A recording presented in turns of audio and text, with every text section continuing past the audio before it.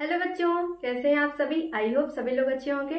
तो पिछला वीडियो अच्छा लगा ना, जो भी मैंने आपको बहुविकल्पीय प्रश्न करवाए थे 10 क्वेश्चंस। तो चलिए फिर फिजिक्स के हम कर लेते हैं 10 क्वेश्चंस, और जो कि बहुत अच्छे क्वेश्चंस हैं। मैंने 2-3 क्वेश्चन बैंक को मिला करके आपको पहले ही बताया कि 3-4 क्वेश्चन बैंक को मिला करके मैंने सारे क्वेश्चन आपके लिए लेके आई हूँ। बस आपको क्या करना है, आपका एक ही काम है, बस ध्यान से पढ़ना है, नोट करना है, उसका बार बार आपको रिविजन करते रहना है। ठीक है, चलो फिर पहला क्वेश्चन आज का क्या है, फिजिक्स का है। विद्युत धारा का मात्रक क्या होता है। तो बहुत ही आसान सा सवाल है। विद्युत धारा को किससे हम प्रदर्शित करते हैं, विद्युत धारा को हम आई से प्रदर्शित करते हैं। तो कहा गया है क्वेश्चन में कि जो विद्युत धारा है आई का मात्रक क्या होता है। तो विद्युत धारा का मात्रक एम्पियर होता है। लिखेंगे आप, कमेंट करके इसको बताएंगे कि विद्युत धारा का मात्रक क्या होता है, एम्पियर होता है। ठीक है, आपको कमेंट करते रहना है। ठीक है, जितने भी सवाल मैं आपको करा रही हूँ सारे का आंसर आपको कमेंट करके बताना है। यहाँ पे मैं करा रही हूँ, आपको कमेंट करके लिखना भी है। इससे क्या होगा, आपका रिवीजन होता रहेगा बार बार। ओके, चलो फिर। प्रकाश के परावर्तन के कितने नियम हैं। अब आप ये जो पहला ही चैप्टर है, देखो प्रकाश का जो परावर्तन है, पहला चैप्टर है ना।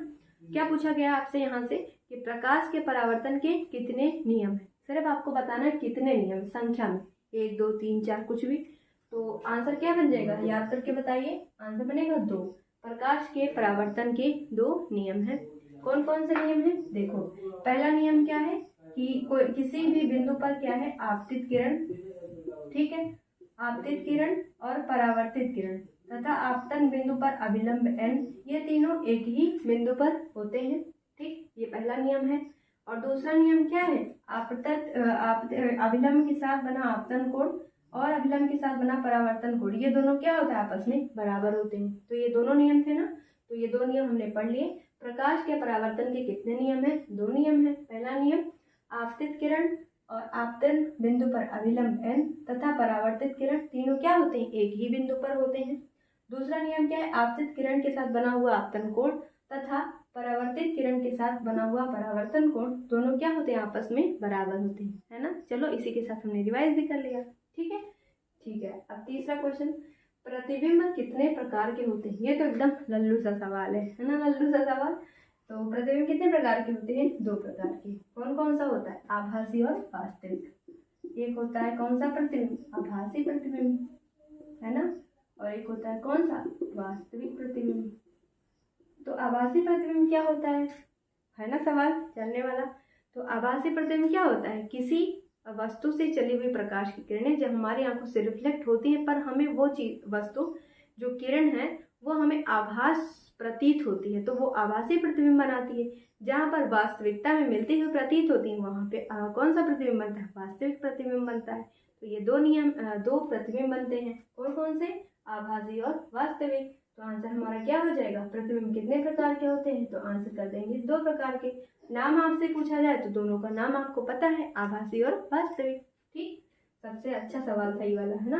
दर्पण के ध्रुव को किससे प्रदर्शित करते हैं। देखो मैंने आपको कहा था ना, सिंबल भी आपसे पूछे जाते हैं। जैसे आपको मैंने लिथियम जब पढ़ाया कि किस धातु को लिथियम से काटा जाता है, तब वहां पे आपने क्या आंसर किया, Li। एल को आई किस तरीके से प्रदर्शित करना है, वर्तुल से बता देते हैं। कैपिटल एल हमेशा रहेगा और स्मॉल आई रहेगा। तो सिंबल भी आपसे पूछा जा सकता है। ठीक है, तो दर्पण के ध्रुव को किससे प्रदर्शित करते हैं, तो इसको हम क्या करते हैं, पी से प्रदर्शित करते हैं। किससे बच्चों, पी से। ठीक, चलो 5वां क्वेश्चन, फोकस दूरी किसे कहते हैं। अब आपसे पूछा जा रहा है फोकस दूरी किसे कहते हैं, तो आपका ऑप्शन भी वहां पे दिया रहेगा। तो अगर आपको डेफिनेशन याद है तो इससे अच्छी कोई बात ही नहीं है। फोकस दूरी किसे कहते हैं, याद करके बताओ।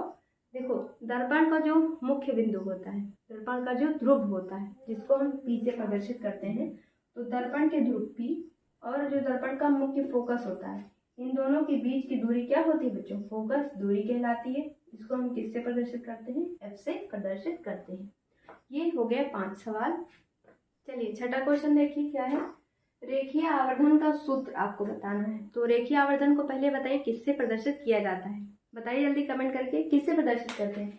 रेखीय आवर्धन को एम से प्रदर्शित करते हैं, जिसको याद है वेरी गुड। अब इसका हमने फॉर्मूला पढ़ा था, y2 बराबर y2/y1 बराबर -v/u। ठीक है, ये नीचे क्या है, u लिखा हुआ, ऊपर क्या है -v। तो रेखीय आवर्धन को m से प्रदर्शित करते हैं, जिसका सूत्र क्या है, -v/u। ठीक है, चलिए 7वां क्वेश्चन, गली में लगे लैंपों में होना चाहिए, गली में लगे लैंपों में किस दर्पण का उपयोग किया जाता है। तो यहाँ पे आंसर क्या हो जाएगा, आंसर यहाँ पे क्या हो जाएगा बच्चों, उत्तल दर्पण। क्या आंसर बनेगा, उत्तल दर्पण का उपयोग किया जाता है। गली में जो हमारे देखा होगा आपने ना, मोहल्लों में रोड लाइट्स पे जो यूजेस हो, जो लाइट लगाई जाती है, जो लैंप लगे होते हैं, उसमें किस दर्पण का उपयोग करते हैं, उत्तल दर्पण का करते हैं। ठीक है, चलो 8वां क्वेश्चन, लेंस की क्षमता का मात्रक क्या होता है। अब लेंस की क्षमता, ये जो लिखा हुआ है इस पर ध्यान दीजिएगा। लेंस की क्षमता को किससे प्रदर्शित करते हैं, हम P से प्रदर्शित करते हैं। ठीक है, तो पूछा गया है इसका मात्रक क्या होगा। मात्रक बताइए क्या होगा, डायोप्टर होगा। क्या होगा, डायोप्टर, जिसको हम किससे प्रदर्शित करते हैं, D से प्रदर्शित किया जाता है। डायोप्टर को किससे लिखते हैं, D से। ठीक, याद हो गया ना कि लेंस की क्षमता का मात्रक क्या होता है, डायोप्टर होता है। चलिए 9th क्वेश्चन, दूरदर्शी में प्रयुक्त लेंस कौन सा है। अब आपने दूरदर्शी उत्तल लेंस पढ़ा, अवतल लेंस भी पढ़ा। अगर आपसे कहें कि लेंस कितने प्रकार के होते हैं, तब वहाँ पे आंसर क्या आपका आएगा, 2 प्रकार के होते हैं, एक उत्तल एक अवतल। लेकिन अगर कहें दर्पण कितने प्रकार का होता है, तो आप फिर दो आंसर वही करेंगे, अवतल और उत्तल, है ना, उत्तल दर्पण अवतल दर्पण। तो पूछा गया कि जो दूरदर्शी होता है उसमें किस लेंस का प्रयोग हम करते हैं।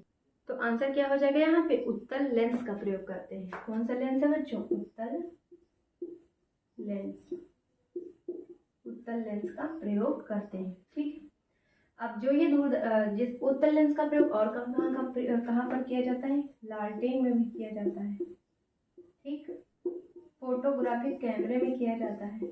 आपसे ये ज़्यादा हो सकता है पूछा जाए, 90% चांस है इसका, क्योंकि आजकल देख रहे हैं ना टेक्नोलॉजी कितना आगे चल रही है। तो फोटोग्राफिक कैमरे में अगर पूछा जाए किस लेंस का प्रयोग करते हैं, क्योंकि लालटेन है, दूरदर्शी, ये सब पुराने सवाल हैं, तो हो सकता है नया कुछ आपसे पूछा जाए। तो याद रखेंगे कि जो फोटोग्राफिक कैमरा होता है उसमें किस लेंस का प्रयोग करते हैं, उत्तल लेंस का प्रयोग करते हैं। ओके बच्चों, चलिए 10वां क्वेश्चन, 1 एंगस्ट्रॉम बराबर कितना होता है। तो आंसर क्या हो जाएगा, 10⁻⁻10 मीटर। 1 एंगस्ट्रॉम बराबर क्या होता है, 10⁻⁻10 मीटर होता है। ठीक, और अगर आपसे पूछा जाए कि जो कलर होता है, तरंग दैर्ध्य कितना, किस रंग का तरंग दैर्ध्य कितना अधिक होता है, तो आंसर क्या हो जाएगा, कौन से रंग का तरंग दैर्ध्य सर्वाधिक होता है। तो आंसर क्या हो जाएगा, रेड कलर का होता है। कितना होता है, 7400 एंगस्ट्रॉम से 6400 एंगस्ट्रॉम तक। ठीक, अगर पूछा जाए सबसे कम, तो आंसर बनेगा बैगनी रंग का होता है। होता कितना, ये था रेड का। ठीक है, तरंग दैर्ध्य सर्वाधिक किसका, रेड कलर का। कितना, 7400 से 6400। लेकिन कहा जाए सबसे कम, तो किसका होता है, बैगनी कलर का होता है। होता कितना है इसमें, 4300 एंगस्ट्रॉम से लेकर के 4000 एंगस्ट्रॉम तक। और 1 एंगस्ट्रॉम में कितना मीटर, 10⁻⁻10 मीटर। ठीक है, तो सारे सवाल कितने हो गए, 10 क्वेश्चन हो गए ना कंप्लीट।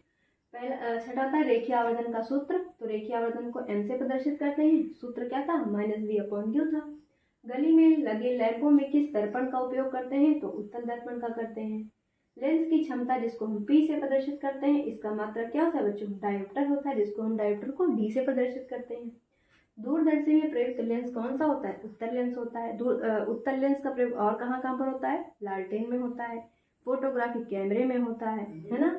चलिए फिर 10वां क्वेश्चन, 1 एंगस्ट्रॉम बराबर कितने मीटर, तो 10⁻⁻10 मीटर होता है। कहें कि जो प्रिज्म से प्रकाश निकलता है उसका क्रम क्या होता है, विर्ग्योर होता है। तो इन सभी में सबसे अधिक तरंग दैर्ध्य किसका होता है, तो लाल रंग का होता है। सबसे कम तरंग दैर्ध्य बैगनी रंग का होता है। तो जो रेड कलर है जिसका तरंग दैर्ध्य सर्वाधिक होता है, तो होता कितना है, 7400 से कितना, 6400 एंगस्ट्रॉम। वहीं पर अगर कहें बैगनी कलर जिसका तरंग दैर्ध्य सबसे कम होता है, कितना होता है, 4300 से लेकर 4000 एंगस्ट्रॉम होता है। 1 एंगस्ट्रॉम में 10⁻⁻10 मीटर होता है। ठीक है, ऐसे टिप्स पे हम लोग याद कर लेंगे सारे क्वेश्चंस। तो फिर चलिए मिलते हैं अगले वीडियो में, तब तक के लिए थैंक यू। वीडियो को आपको शेयर करना है, चैनल को सब्सक्राइब करते रहना है, और फटाफट से जितने भी आपके सारे दोस्त हैं सारे वीडियोस को आप उनके पास शेयर करें। और इस तरीके से फिर मिलते हैं अगले वीडियो में, तब तक के लिए थैंक यू, बाय।